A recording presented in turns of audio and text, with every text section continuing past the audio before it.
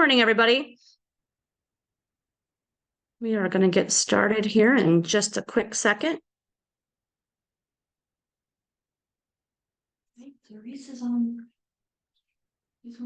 Sometimes he'll drive in while on Zoom.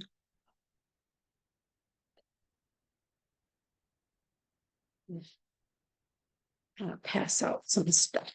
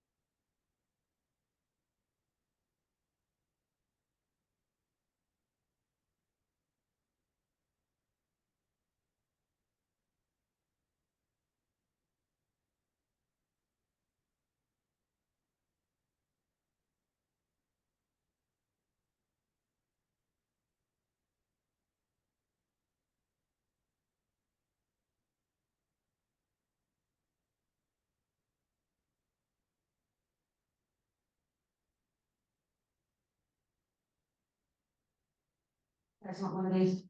Yeah, sure. You can share them. Doing that instead got from here, don't hold stuff. Do you want to pass these out? I just was separating those. All right. Jerice, I'm assuming you're en route here. I'm going to jump in and do a share screen, guys. Today we're going to be okay. You're good. I've got plenty of stuff to roll before you get here. Today we're going to be talking about events and all different kinds of events. So I don't want everyone to think events just means a big thing. It means a lot of different things. So we're going to talk about that. So in the Google Drive, I have added all of this information. Some of it was already in there to begin with. So you can find all this information there for those of you on the Zoom who don't have a printout. Let me know if you're not in coaching. I can always send it to you. For those of you in coaching, it is in the Drive. It is split up in a couple of different places. But all right. So who can tell me on here who has hosted any kind of an event, big or small?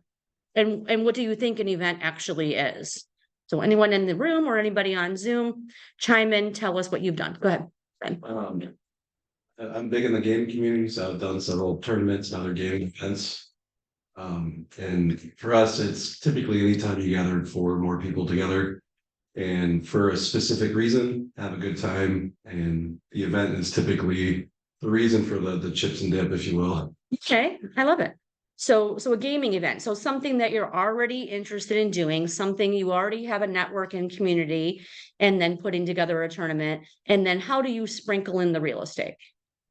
I mean, I haven't done anything for real estate yet. Okay, But, gotcha. my plan is for that is I want to do it in like an open house style format. That way I can, because the bigger gaming events they normally like cut the commercials. Okay. They stream it or whatever. Yeah. I want to cut the different rooms in the house and be like, hey, here's the really nice kitchen, or hey, here's the bathroom. I like it. Stuff. Good idea. So yeah, and that's not anything that would cost you anything. So anything that you're doing that you're marketing for it is an event. An open house is an event, guys. So like you don't even know that you already have been doing events. An open house is an event. If you say no one came to my open, and then I ask, why do you think no one came to your open? And you say, I don't know. My question to you is, did you do all you could to get people to come? So that takes putting signs up early in the week, that takes social media marketing. And recently, I have found by posting your marketing on social media in different groups. So like if it's a house that would be an investor, post that open house in a investment group for that area. So I recently, someone just said they posted an event in like 20 different groups on Facebook. Who would have thought? Great idea. In any case, as you're planning different client events or different types of events, it could be for past clients. I know a lot of agents in the office do events for past clients every year. Some people do a pumpkin patch where they invite the families to come. It's a great way to network with people. There are some rules in regards to that, some suggestions on how you maybe would proceed putting together a game plan, not just, just throwing it out there at the last minute. Those are the people that are going to complain and say, I don't know why I did the event, nobody came. So you definitely have to have some planning involved. I would say there should be some type of a system, which our last page on here is going to be a calendar. So before we end today, I'm going to have you guys start to look at next year's calendar and plan couple of events or one event a month or however you want to do it. But there's some rules and different suggestions on it on that sheet there. Not going to spend a ton of time just reading over it. You guys will have this information. I know Living is doing this right now, so I love that this page came up. Does anyone know who's not at Living and who's doing it? I know right now in a couple of weeks. Anybody else on the Zoom or here know what a reverse bold 100 is? Besides the obvious people. Never heard of it. Never heard of it. Nope. Never heard of it either. Okay. So Alex, I know you're at Living and you're participating in the reverse bold. I'm going to put you on the spot. Can you tell the group what you guys are doing and what that is? Yeah, so it is a raffle. We basically all went in on a big prize. We're doing a PlayStation 5, and then we put together a form to collect information. You want to get 100 people's information. They enter like their name, phone number. They have to be 18 years or older to enter. And then on one day, so we're doing November 17th, I think from 9:30 to 3. We're going to call all of them, verify their information, talk to them about real estate, and then if they answer the phone, then they get added into the raffle. And if they give us a referral on the phone, then they get another entry into the raffle. And yeah. That's awesome. So what are you guys doing to market it so that you can get those 100 contacts? I am putting it out, boosting it on social media. When I was still at the restaurant, I was advertising it at the restaurant. I handed it out on Halloween to parents when kids were trick-or-treating. And then I'll probably put it out at my open houses as well. Nice. So yeah. So let me ask you, so are you seeking 100 new contacts so that you wouldn't want to sidestep this and just dig into your cell phone and invite people that you already know, right? Yeah. We're looking for people we haven't talked to before about real estate. So I bring that up because I don't want you to think that the plan here is just to contact 100 people from your cell phone. If you're going to do a reverse bold, that doesn't get you new contacts. So you're trying to market yourself to get 100 new contacts, and what they're going to get is entered into a drawing for a big prize. And Alex, so would you mind sharing what was the cost for each of you to participate in this? It was only $60 a person, and we're doing, we partnered with Cross Country at our office, so they're paying for part of it. And we're not just doing the PS5, that's the main prize. We're also giving away some Amazon gift cards as like first and second place and stuff like that too, so. Nice. And so the point there is you've got one nice big prize, $500, I'm told. Mhm. And if you've got enough people participating, then that cost goes down, down, down, but everybody's entered into the same drawing. And people will do it. I mean, especially this is a great time of the year for you guys to be doing it because the holidays are coming. That's a great Christmas present for someone. Thanks so much, Alex. And I can't wait to hear how you guys do. Yeah, thanks. Questions about the reverse bowl? Is there any legal restrictions on prizes that we could do? So like, what do you mean? You mean the amount? Amount or type of gift or? So it's not a gift, it's a prize. So thank you for bringing that up. A gift to a client, the max is $25. So I think that's why you're thinking that as a gift. But to be entered into a drawing for a prize is an entirely different thing. So There's no legal restrictions on it. nope, teams do it all the time. I've seen over $1,000 worth of prizes in reverse bowls before. So yep. If there's any questions on how you're marketing it or how you're doing it and whatever the wording is, that would be something that I'd have you run past the broker just to make sure. But in regards to the amount that you can give, you can't say certain things like, you know, you don't want to say you're buying someone's referral. So you've got to be careful with the wording, but there's no amount in that regard. Gotcha. Digital client events. So that would be different things. I know Zarice can talk a little bit about this. I love our chicken eating contest that we had last year, where we had an online social media chicken contest, and it was I think, what was it? Chick-fil-A, Cane's, Kentucky Fried Chicken, Slim Chickens. Yeah. So what he did was he marketed this. People voted on which place had the best chicken. And then we went did you do it live? And then he went Facebook Live here with blindfolded contestants who were agents in the office who were testing out the chicken. I think you did French fries too? Or something like that? Yeah, that's fries too. And it was just a fun little thing. It drew a lot of attention and people were interested in voting. And then he had a winner and that kind of thing. So that would be a digital event that, I mean, what did it cost you? The cost of going and buying some chicken nuggets. Yeah, probably like $50. Yeah. Yeah. And so like with that, people might think, well, what in the world does that have anything to do with real estate? It's just a way of driving traffic to your Facebook page and getting people to register to be able to vote. And now to register, they've given you their name, number, and email address. And now they get added to your database. And then you get to drip on them for their business or their referrals. And here in a few, Zarice can talk more about the different events that he does like that to be able to grow his database. This especially works for somebody who doesn't have a lot of, area friends. Maybe you're new to a location and you didn't grow up here and you don't have a lot of SOI and you want to get business from the internet without having to pay for leads. It's a great way to get your name out there and get recognized. A lot of good information in here. I pulled this out of different playbooks that we have through KW, some different suggestions and ideas about different types of events that you can be doing. Here it says, kind of like to Ben's point, decide what you're passionate about and dig deep there. I know there's a particular agent, a KW agent, I think out of Akron, who is very involved in the Humane Society. I actually started noticing her because she would go Facebook Live, let's just say every Tuesday or something like that.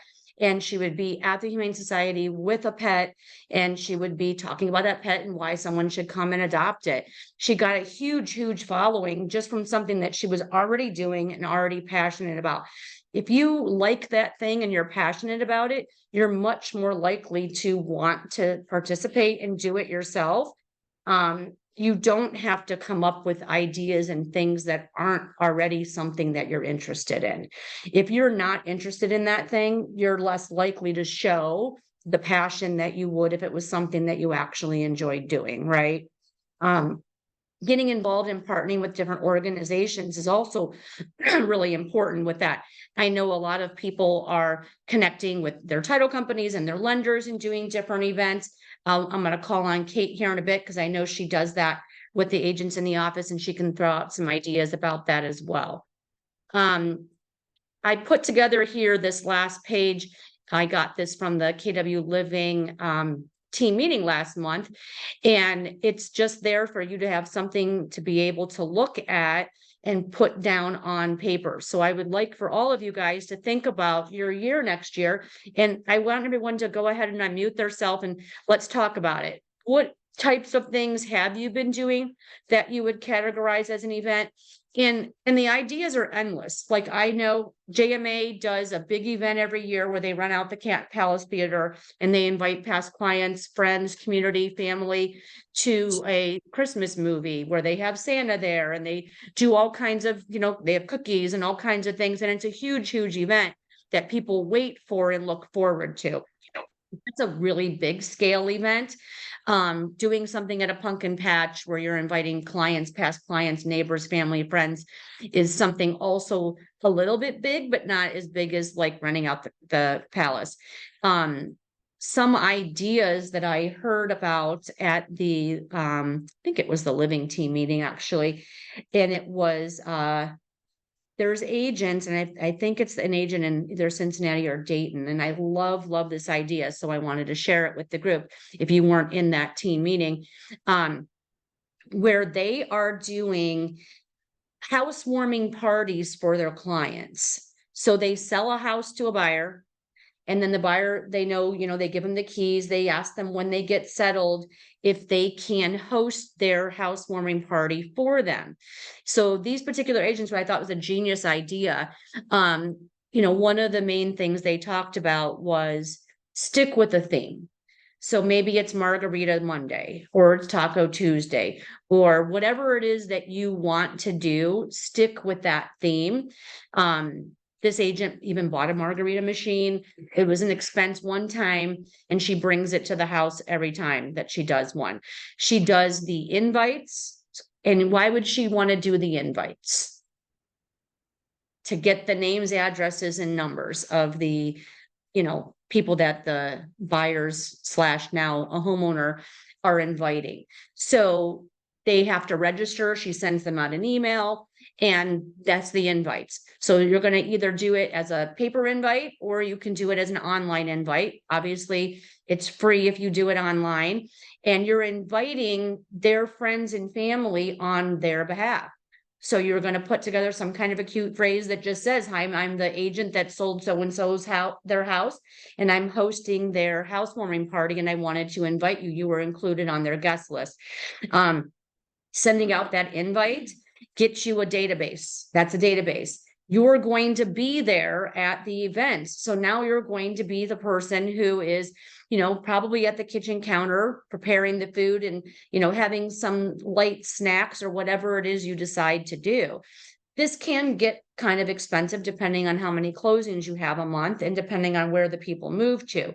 I think it probably works best with buyers versus sellers, depending on where the seller is going. But it's just a great idea that actually got me thinking about hosting this class.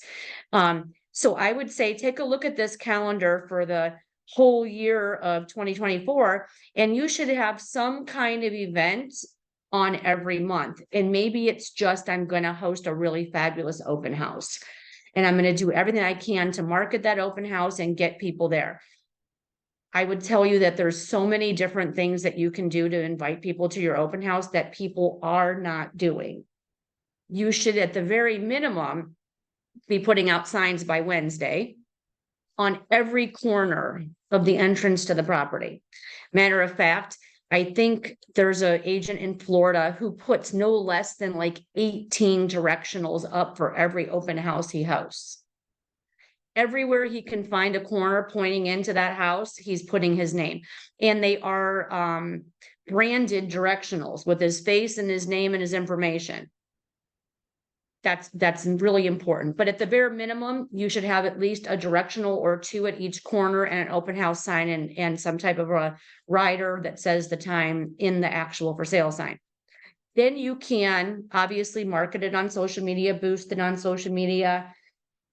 A lot of agents I know find lots of success in going out the day before and handing out personal invites to the neighbors. Why would you do that? Why would anyone think that you'd want to invite the neighbors to your open house? Why? Busy. One thing is to make it look busy. That's right. What else? If they know someone, I mean, what a better way to say on behalf of the seller or the new buyer, we want you to live in our neighborhood. And if you know someone, send them. Someone Yeah. unmute their, go ahead. Oh, sorry. I always tell them it's their chance to pick their neighbor. I love it. Yeah, I mean, Friends, absolutely. And a lot of times they've lived there for 10, 20 years. They'll tell me, what has sold, who, like, they just know a lot. I love that. The other thing too, so if I'm going to invite neighbors, I'm going to make it a sneak peek.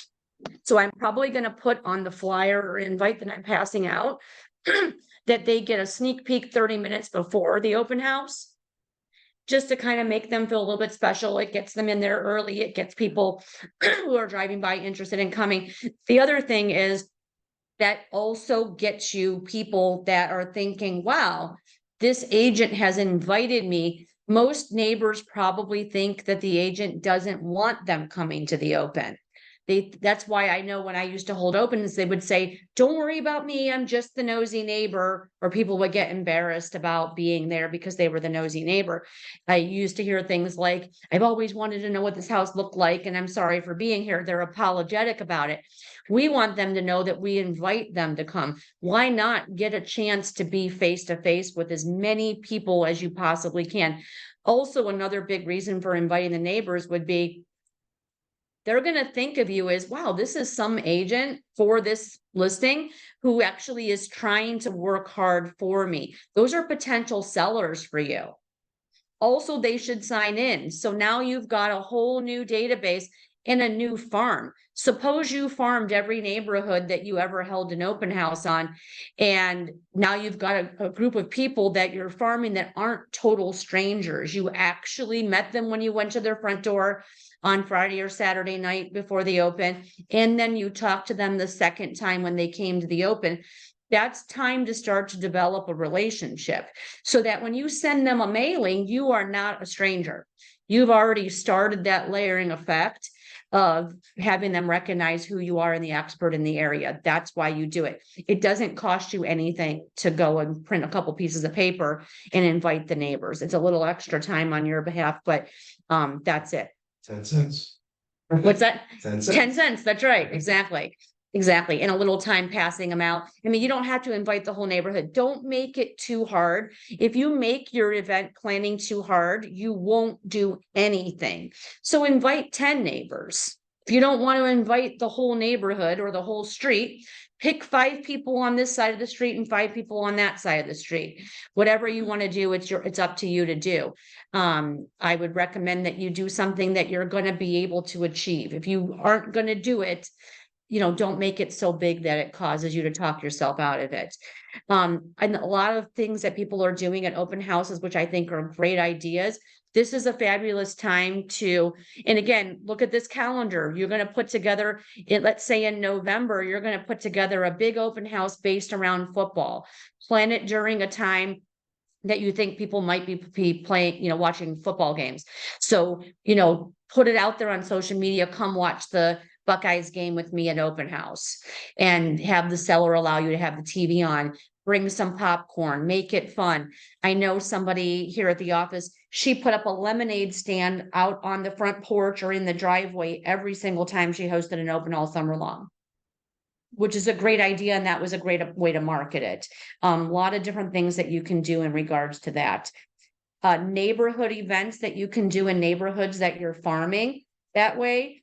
I know an agent here and a team, they rented a icy truck, or what do you call those? Like is it icy? Snow cone? Snow cone, thank you. A snow cone truck to pull up in a neighborhood that they were hosting an open. They invited all the neighbors for 1 hour. Everybody got a free snow cone for attending. They didn't even have to come to the open house. So was very inexpensive. You can also do that with an ice cream truck just to start getting some traffic. It wouldn't necessarily have to be geared around a open house. It was a neighborhood that they farm. So that's another, relatively inexpensive way, especially if you partner with one of your partners on events like that. So there's are just a couple ideas of things that you can come up with, but also watch what other agents are doing. I say it all the time. Look on social media. Why are we friends? I don't know about you, but I have more realtor friends on social media than anybody else. Most of my friends that pop up are agents. So watch what they're doing. Look and see what other people are doing around the country. I know I've brought this up before, and I would say this constitute also as a event. There's an agent someplace in the country, I think in Texas, who every year in the fall, and I think even Zarice went and priced this one out, he put his face and all of his information, logo and everything on trash bags that were for leaf pickup. And he passed them out to the neighborhood that he was farming. And obviously it would be a neighborhood that doesn't like suck up the leaves from the corner. Why would you want to have bags if they do? But that when he drove home, he said nothing made him happier than to see his face on trash bags all the way up the street filled with leaves. It's a costly thing to have them, branded that way, but I think it's another fabulous idea. What else? Any other thoughts or ideas? And this should be something that you put together now. That's why we're doing this class in November. You should be looking at 2024 and making a plan. I don't know about you guys. If I don't have a plan, things aren't going to happen. And don't just think about it. Oh yeah, that sounds like a good idea, and never follow through. So who else has any other ideas or thoughts on any of that before I turn it over to Zarice? I almost got my calendar filled out. You almost got it filled out? Yeah, I'm missing something for April, December, and July. So here's an idea too. As you guys are looking at the calendar, use the seasons. Use the month that there's a holiday. So if you don't have anything in July, you're doing a apple pie giveaway in July for July 4th. So on July 1st, your event is register your information here. I'm doing a pie giveaway to past clients or whatever you're going to do. That's a great thing to do for July 4th. Those are the kind of things I would recommend. In the spring, do some kind of a spring event. Find out what's going on in your community and tag on to that. If you've got farmers markets that go up every other week, I know in Jackson Park, they have a farmers market on Thursdays. Find out how you can participate in that farmers market by putting up a table and, getting involved that way. That would be constituted as an event. I know before I have Zarice come up, get rid of the share screen.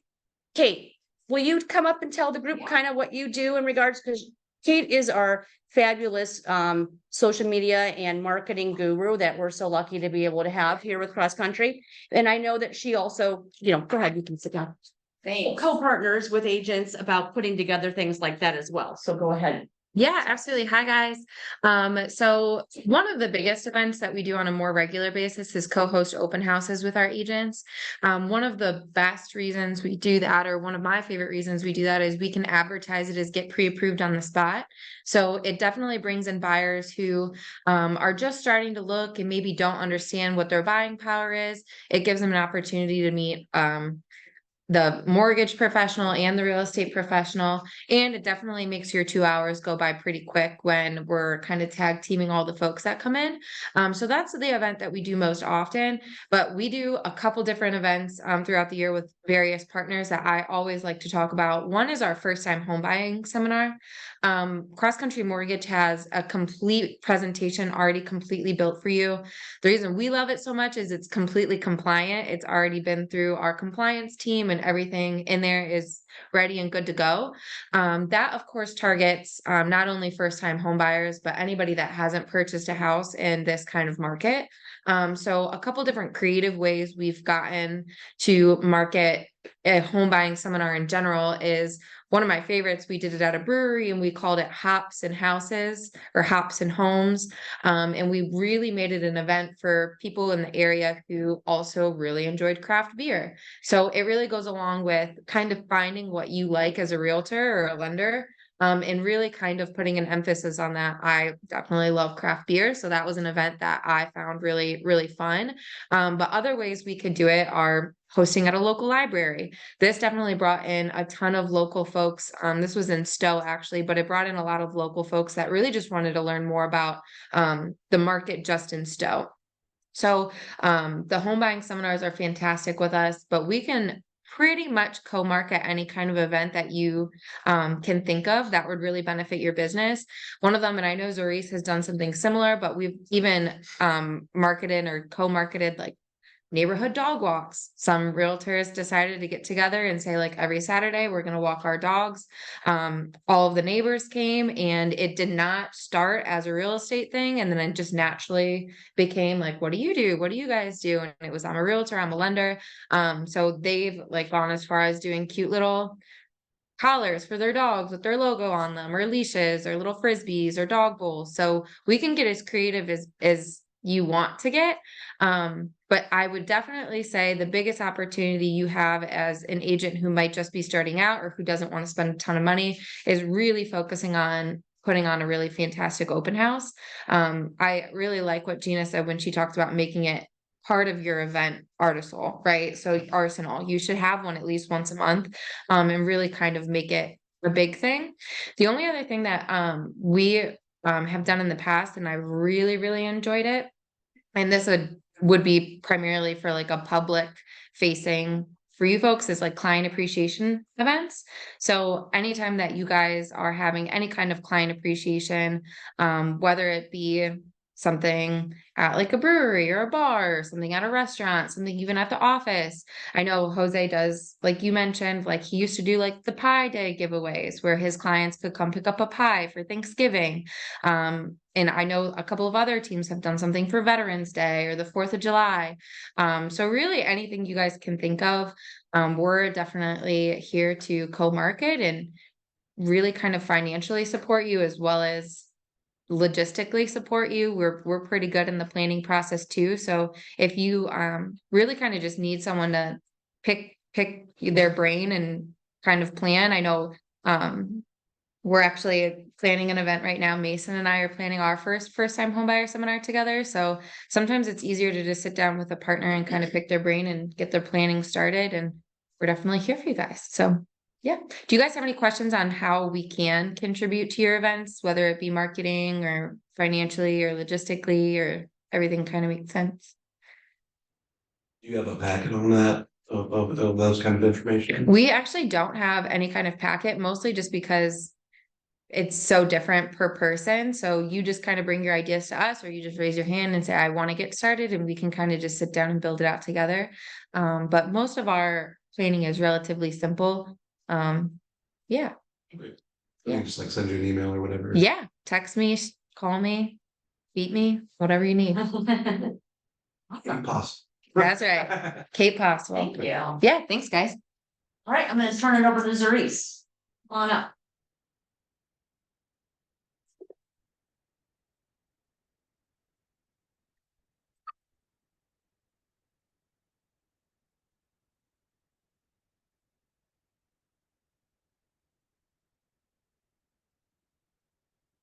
What do you want me? Talk about the different things that you've been doing on social media to get people to come to your events. Like, how about just talk about a few that you've recently done? You've done. I've taken some notes, so Okay. I'll talk about some things I've done and some things I'm gonna do and why I do some of You've the got things I some do. things planned, like almost every month. Yeah. you've got something. Yeah. So the main reason for events for me personally is 3 reasons. Number 1 is community involvement. That's top over everything. Just being involved in the community and being an agent that's a little bit more personable, not someone that's just selling to the community, but also giving back to the community. The second reason is data collection, because on every event and everything that I'm doing, whether it's a giveaway, whether it's an open house, whether it's an event that I'm promoting on like Eventbrite or anything like that, it's all data collection. And even at the event itself, it's still data collection, whether I'm doing surveys there, whether I'm just talking to people and asking how they heard about the event, because that kind of helps me tailor the way that I promote events later on. And a lot of the ways that I tend to promote them is through social media, but also a lot of it's word of mouth too, because when people support something, a lot of times they'll share it a lot more. and they'll invite their friends who, especially if it's a child's event, they'll invite their friends who have kids. So those can fill up kind of fast. The other reason for the event is passive promotion, because I'm not necessarily the type to like just cold call random people that I don't really know. But for some reason, I'm the type to invite them to an event. So I find people that have a common interest in something. For example, I did like a composting class, and that was my way of getting people that are interested in like gardening and things like that. And it's educational, and I'm not pushing the real estate up front. But when they get there, they see my face sprinkled around everywhere. So all of the advertisement, like everything, I got business cards on tables. I got marketing material that I've created myself and I put out. So I always start my events with introducing myself, telling them that I'm an agent. This is why we're here. And a lot of times that opens up to conversation later on at the event, because people feel more open to approach you and say, you know, thank you for putting this on. And a lot of times I'm not looking to sell my house right now, but when I am, I want to use you. And I take that, and there's actually been a lot of, I would say this year I've sold over 1 million from events that I did 2 years ago. Like I did a dodgeball event, and at that event, I ended up meeting the athletic director for the high school, my local high school. And by doing that over time, I kind of built up a relationship, because I did another event, which I didn't put it on or anything, but it was for the local church, Grace Church, and they do a thing. It's like a Tim Tebow Foundation, so it's kind of like prom for people that have disabilities. And so I went to that, and he was there too. And so by doing that, it's kind of like layering. I keep seeing him at these events that I'm participating in the community. And then by the time I had reached out to him when I realized he was an expired listing, he had already knew me. I had built up a bit of a rapport with him. And it just so happened that I represented both sides of the transaction, from when he sold his house and when he bought his house. I represented him there too. And so all of that by itself was over 900,000 in volume. And that's from an event that I did a while ago. And then another situation was like the composting class. There's a couple that they own a lot of commercial property around Worcester. And they had told me, like, you know, we know the best agents around town. You know, we know that this agent sells 50 to 100 houses a year. We can easily use them. We have dinner with them all the time. But you're involved in the community, and we like that. And if we're spending money somewhere, we want to see part of our money going towards someone that's involved in the community. So some things like that, when people just know you, even though they don't really know you, but they see you involved, that kind of helps you win the listing sometimes too. The other reason for the event is to be more personable, like I was just touching on, just making sure that you are actually communicating with people at the events. And that's not shoving real estate in their face. Like, I sprinkle in like, yeah, I'm a realtor and everything, but they end up liking my personality. And that's what tends to kind of draw them more to using you, because they're like, well, they see me. I'll give you an example of something I'm going to do here. A lot of my events, I have music, and I like to dance. And so I'm not super shy and away from people at my events. I kind of do it in a way that I draw people to me. So a lot of my events, I'm DJing at them. So for one example, the other night I got a a phone call from the manager at my PNC bank. And she's like, yeah, my dad's a veteran and he's throwing this veterans party. And she asked if I still DJ, and I'm like, no, I don't. But then I started thinking about it. I'm like, for this, I think I do, because I was like, there's a bunch of veterans there. That's a perfect way for me to push out a VA program. So I'm taking the KW cloth that's here. I'm gonna set up a table at the DJ booth, and I have like the world's smallest DJ deck. Like the place doesn't have good Wi-Fi that we're gonna be at, so I can't take my actual computer there. But I could take my sound system, and I have an app on my phone that I can literally DJ on, and I just bought a controller for $100, and it's like this big, and it's like, so I could set it up anywhere, and so I could do that at open houses now too, where before I was just DJing on my phone. And so at this event, I could literally set up a whole booth, so whenever someone comes and requests songs, that's also an opportunity to open up a conversation about, like, you know, real estate or just anything, just give them my business card if they know anybody or whatever.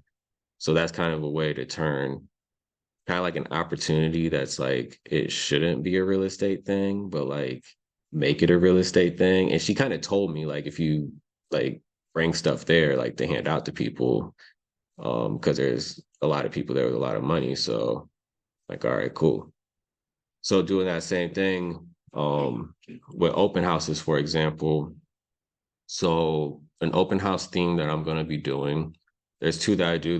There's one that's like an open house party, and that's where I just take the open house and I make the flyer kind of look like a party, and I set up my speaker in there, and I set up my phone, and I DJ. I literally DJ off of my phone. And so when people are walking around there, they're like, yeah, okay, this is kind of cool. It just helps with the atmosphere there. But another thing that I've given out, like sparkling cider before, or like Pinot Grigio. And so me doing that, I had an idea of like a Valentine's Day thing. So Valentine's Day theme that I'm going to be doing is, I have a friend who, she has a son who graduated from Worcester High School. He plays the flute. And so I'm just going to pay him like maybe like $50 or $7,500, whatever, to come to the open house. And we're both going to dress in the tuxedos. And he's going to play the flute whenever people are like coming through the open house. And then like we'll give out like wine and have a charcuterie board and things like that, just to make it like a real like classy type of event. So that's a way that you can kind of take like a holiday and add a theme to it.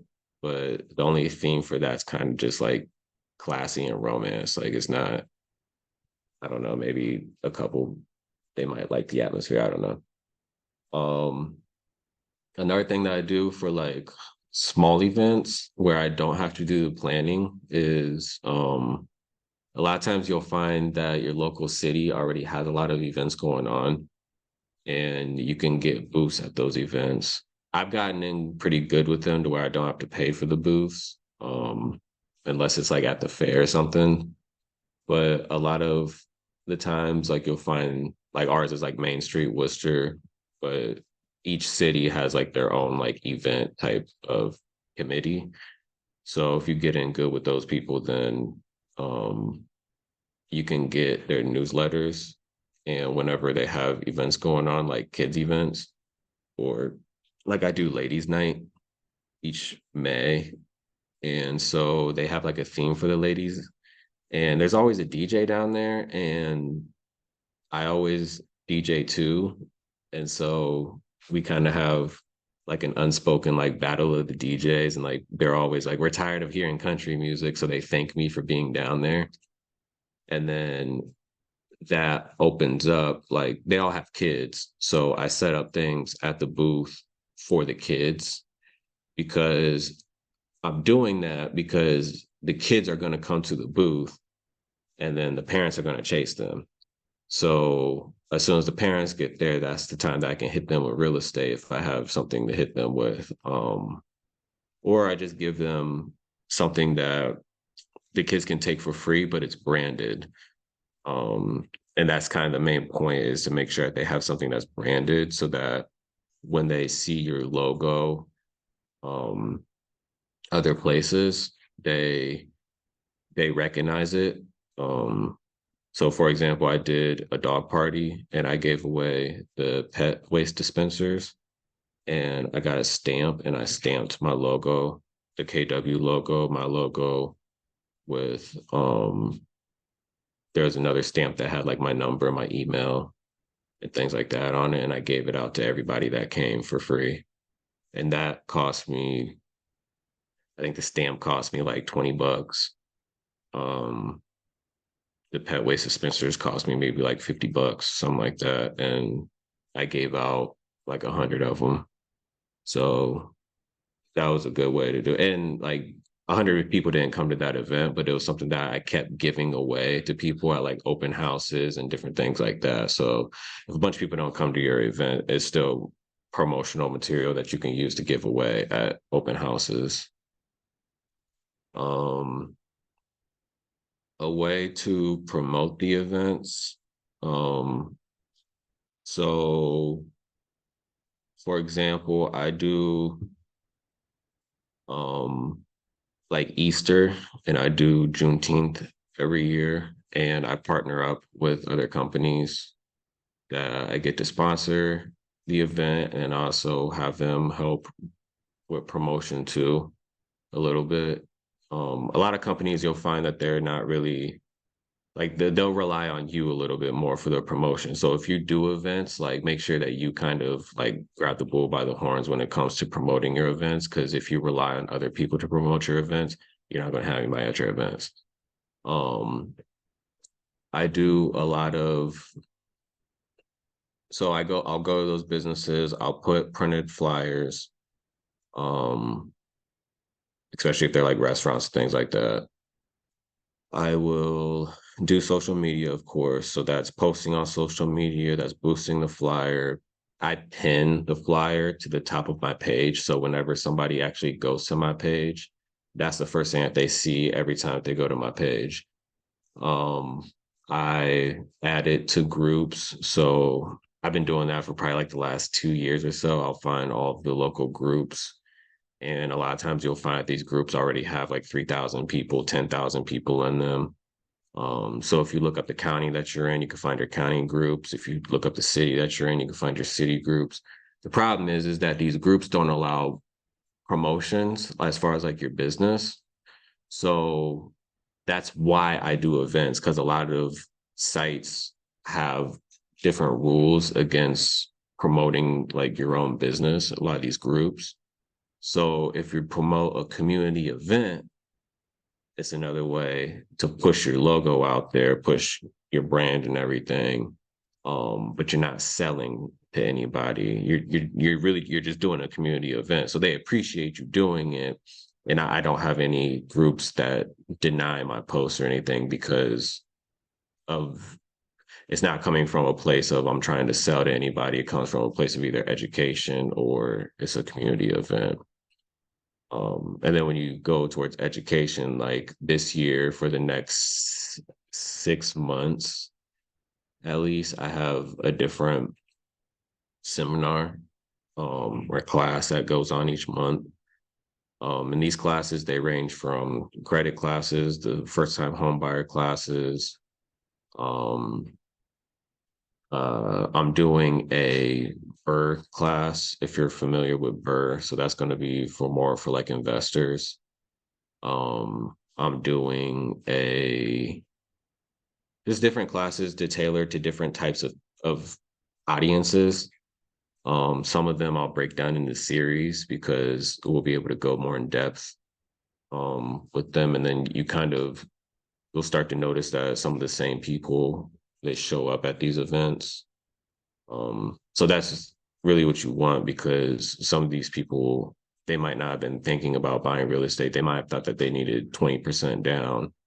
Like that happens to me all the time. Every time someone comes to a class, they thought that they needed 20% down, and then they find out that they only needed 3 to 5%. And then they're like, oh wow, like I want to buy a house now. My mom wants to buy a house now. So a lot of times those classes, you're not gonna have a lot of people there. If you can get like 10 to 15 people there, that's a pretty good success. Sometimes you're not gonna have any people there. So that it could just be the time and the date. It could be the lack of promotion. It could be just that you did something that they weren't interested in. So there's a lot of different reasons. So if you start to figure all that stuff out and tailor your promotion and tailor your events towards your audience, then you'll get a better result. Like I know that my audience isn't like, I'm not tailoring my marketing and everything to somebody that's like 68 years old. And like they're a lot of times, unless they have grandkids or something, like they're not coming out to a lot of different events. So a lot of my events are tailored towards like the maybe like 30s and 40s demographic, just because a lot of those people tend to already have families and be established, where a lot of like younger people, they're in college. So like college students, I would go more of an educational route.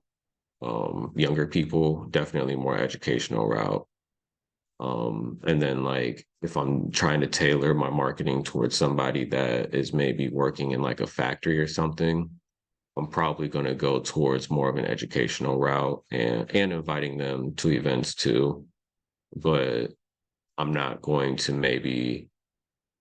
that person, I might even do like invite them towards an investing class too, because a lot of people that work in like factories, they make good money, but a lot of times they're just consuming a lot because they don't really know like where to invest their money and how to make it work for them.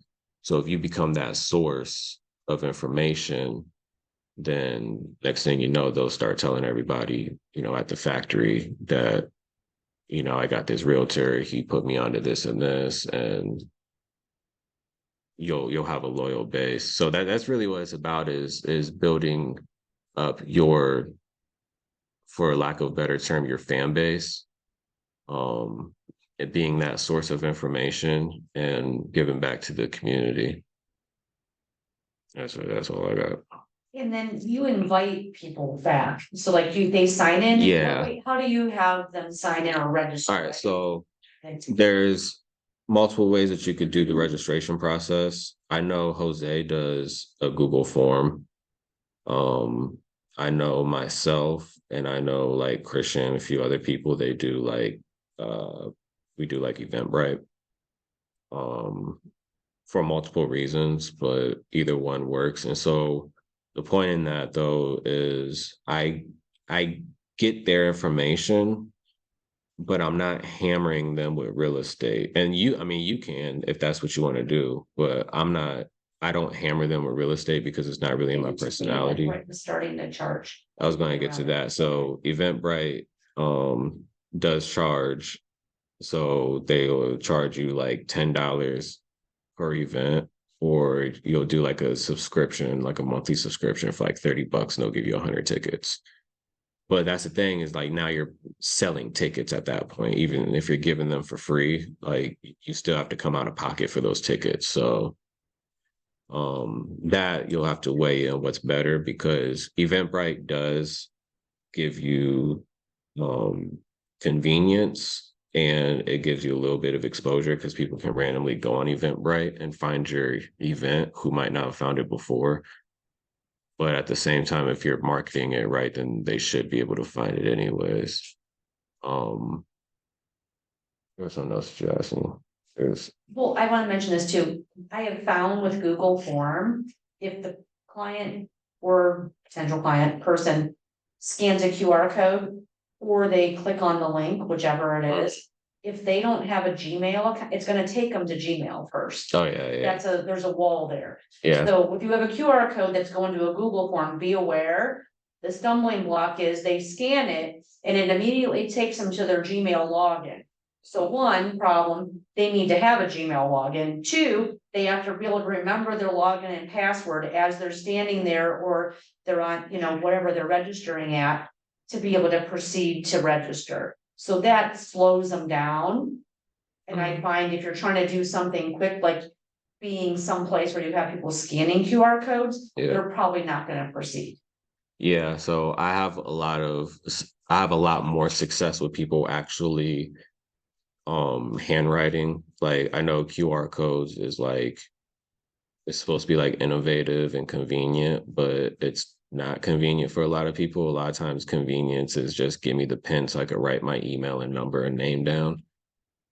And I've ran that test a lot to know like I'll have like 3-4 pages of registered names that are written, but then I'll have like 4 people that actually did the QR code and did the Google form. So what you do with that information though is, like I say, you can hammer them with real estate if you want. To me, a lot of people are gonna unsubscribe from you if you do that. I sprinkle in informative things that I know that they'd be interested based on the event that they came to. Of course, I thank them for coming to the event. Like right after, if the event happened on, you know, a Thursday, then by Sunday, they're probably getting an email thanking them for coming to the event. And at the bottom, it'll say like, if you know anyone looking to buy or sell real estate, please consider me. But you do that, and then when you do another event, you kind of know what they're interested in. If they have kids and you're doing a kid event, then they might be interested in that. If they were doing something gardening, then if you do something else that is along that line, like a home and garden class or something, they might, you know, be interested in that. And then I never hammer them with real estate up front. When they get to the event, my face is everywhere. Like it's Hammer with my face instead. because I'm going to, yeah, like I want you to remember me. So my face, my logo, everything informative. I'm up there presenting, introducing myself. So like you're not going to leave my event and not know like who put it on and like all of that. But it's in a very passive way. And then I very passively keep marketing to them through email. And I'm evolving over through text message because email really kind of is the worst way to market to people, because who all really, I mean, we're in the business and we open our email all the time because we're in the business. But before you're in the business, how often did you really open your email? So unless they actually expect something, then your open rate's probably going to be like 10 to 20%.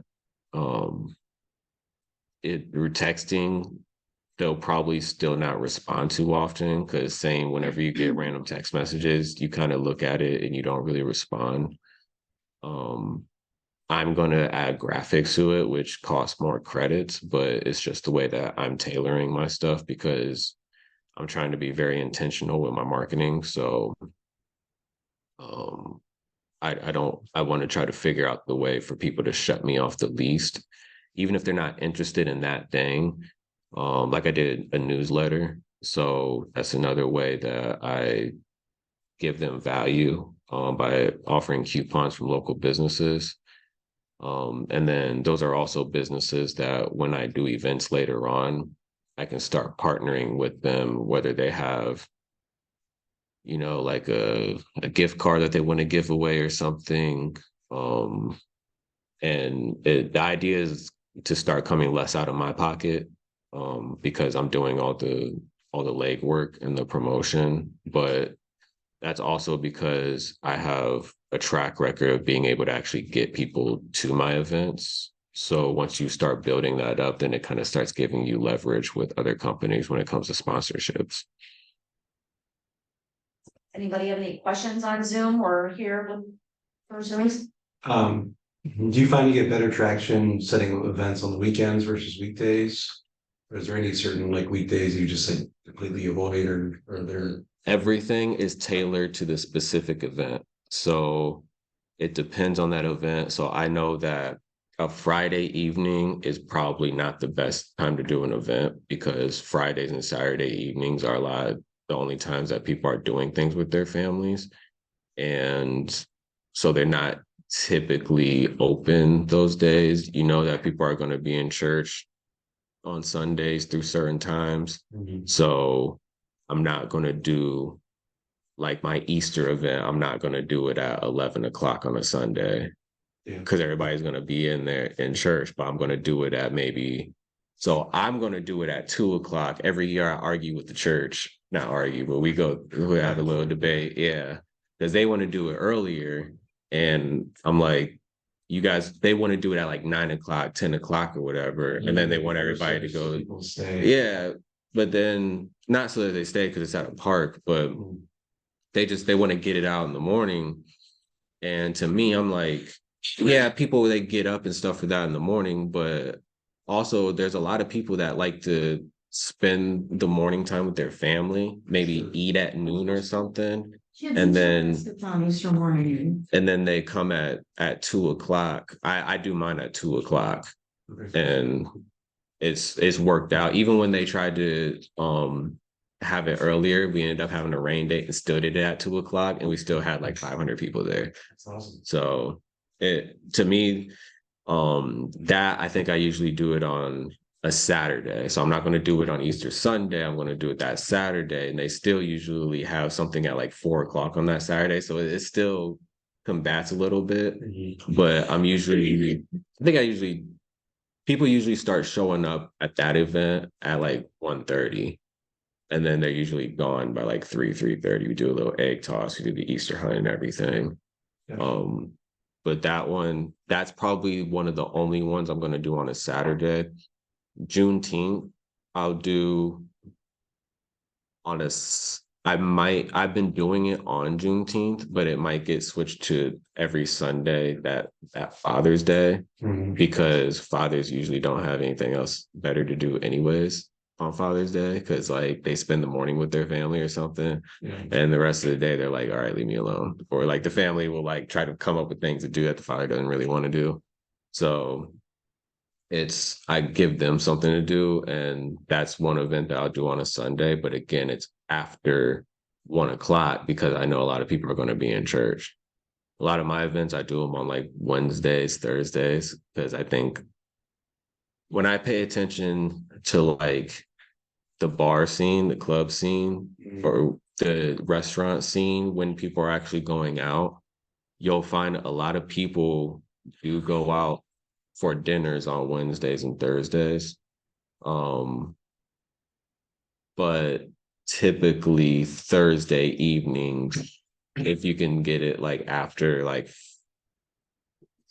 4 or 5, then those tend to have a better outcome, like a Wednesday, Just a maybe little bit Thursday. after work, but not getting in the. Yeah, you really want to hit that sweet spot where there's a lot of people that are getting out of work at like 3:30, get home by 4.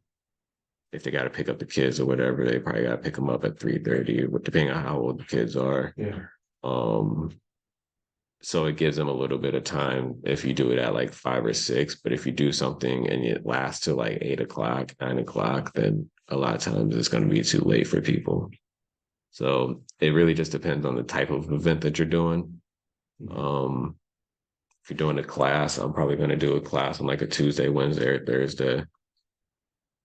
Holiday events, maybe like a Saturday or Sunday, unless the holiday falls on a specific day. Typically I'm gonna do them on a Saturday or Sunday, but yeah, everything else like a Tuesday, Wednesday, or Thursday. And just to follow up to that, how far in advance do you start marketing your events? So I personally do, I try to do 60 days. 30 days tends to be a little too soon. 90 days, I hear people recommend 90 days, but a lot of times, unless you have a budget to promote something strong for 90 days, then it kind of gets lost in the sauce. So a social media algorithm is going to push your event to the top when it's within a 2-week period. So I might do like my regular promotion, those first 30 days, if I'm doing it 60 days out. And then the last maybe like up to 30 days, I'm going to hammer it on Facebook and I'm going to boost the post. And then like everybody's going to get annoyed of me because every time they go on there, they're going to see it because I don't put like $100 behind it. And, you know, it's just popping up left and right. So, but I'm not going to do that until that period, because if I do it before then, there's a chance that it'll start shutting me down a little bit. And you'll notice like it doesn't really pick up much traction. If you do something way out, it's not going to pick up much traction until you start getting closer to the event. That makes sense. Cool, thank you. Yeah. Awesome. Well, thank you, Zarice. That was awesome. I have a quick question too. So, and you may have already said this, but you said you got $1 million in business this year just from Yeah. hosting these events. Do you also track your prospects? Like how many, potential clients like in the future that have given you interest that you follow up with? Because that would be like a whole nother layer of, What do you mean like exactly? if somebody reached out and said, hey, I'm gonna be interested in the spring to buy, or I might be listing my house, or like, do you have that additional layer of data? So like, like I've closed the $1 million and then I have another like 20 people in prospects or 10 people in prospects that have shown interest. Like, do you track that as well? I do a little bit, not so like I know like at my Easter event, I had 3 people that I had personal conversations with that they were going to be looking to buy in the future. I have them on a plan. It's kind of more like a mental smart plan, not like an official one, but like I go and I touch back with them like every few months because a lot of them are kind of far out. And a lot of them, I tend to find that they have either a high DTI or they don't have a credit history established. So then that's when I start layering them. I kind of put them in this funnel of these are the people that I start adding to for the credit repair classes. Okay. So whether they know it or not, I'm working on them for over that next year because I'm inviting them to these classes because they've expressed the interest to me before. Like there's one girl, for example, her name's Shaniqua. She comes to like the Easter events and the child events. She works at the elementary school. When she originally got with Cliff, like she had like a repossession, and it was like her situation was, and I got permission to share her story with her before. But she like her situation was shot, and he started working with her, and a year later, she's got over a 700 credit score. So that's an example of someone that You're nurturing. yeah, and we didn't have the actual classes available, but she was part of the inspiration of we need to do this specific class more often because there's people like her that are super determined. And they'll listen. She will listen to everything. Like she's not hard-headed at all. She'll find a way to do it. And those are really the people that you start to appreciate more, and they appreciate you more and they root for you more. And she's one person that I know anytime that she sees somebody on social media that's looking for a realtor, boom, she tags me right away. Yeah. And that gives me the opportunity to go in there, message that person and shoot my shot at them. That's the other thing too, is kind of like what Kate was saying, is when you do open houses that have a wingman, like a lender. I use my insurance partner a lot. And I use my assistant a lot. Because some people will be more likely to talk to like a nice pretty girl for some reason versus this guy that they don't really know, even though they don't know either of us. Yeah. So I set her up as my wingman, or I set them up as my wingman, and I tailor that experience as well. And then when she meets people, then she kind of gets an idea of where they're at in the process. Like there's a couple who they're looking at like this $400,000 house, and they're so young, and based on their career, unless they got like a lot of money stored away for somewhere, they're not in the situation to get a house like that, which kind of showed me, okay, so I have some teaching to do at that point. Yeah. So I enrolled them into my educational section of people. And those are the people. So I guess really to answer your question is, if I have a conversation with that person and I notice that they might be a little far out, I throw them in the education part. And then I keep inviting them to events. I keep throwing education at them. I'm not hammering them with real estate, but kind of building a rapport with them of this person that's very approachable, that they can ask any question to. Yeah. And a lot of times those people will come back a year later and they're like, okay, I'm ready to buy now. Okay. so Or like, we thought of you. how much you're getting back, you don't technically put those prospects in until they close. Is what you're saying. So like you calculated the million off of your events. And then you put your other people into prospects, and then you don't calculate that into like your ROI for your event until like. A lot of times, honestly, I don't even know that they're even using me because of my events, and because until they tell me. And it's kind of the nice thing too, is that they actually tell me. They're like, the reason that we use you is because we were at your event That's awesome. and we saw how personable you were and this and that, and you weren't shoving things in our face. You didn't come off pushy. But no, from those events. Yes, that's what I'm saying, is that it's sometimes it comes up a year or two later, and sometimes it's very rarely is it a right now thing. A lot of times it's, I'm talking to this person, they have an interest in it, but whether they don't have a stable enough job history or their DTI for the student loans or whatever, or whatever with their credit, a lot of times I have to throw them into the education part. So I have an idea of the people that go into that, but a lot of times events are so wild that you only get a chance to talk to so many people. And that's why you have to kind of, like, as Gina would say, like, drip on them later on. And like, you start layering that as you start doing more events. If they're interested in something specific, if I know that they're in the market, then that gives me an opportunity to send them my open house flyers. But I don't really, if you consider the open house as an event, then I'll take those people and I start sending them open house flyers whenever I create them, the same ones I do on social media. So I market everybody different. It's all tailored to how I met the person. Awesome, I love it. Yeah.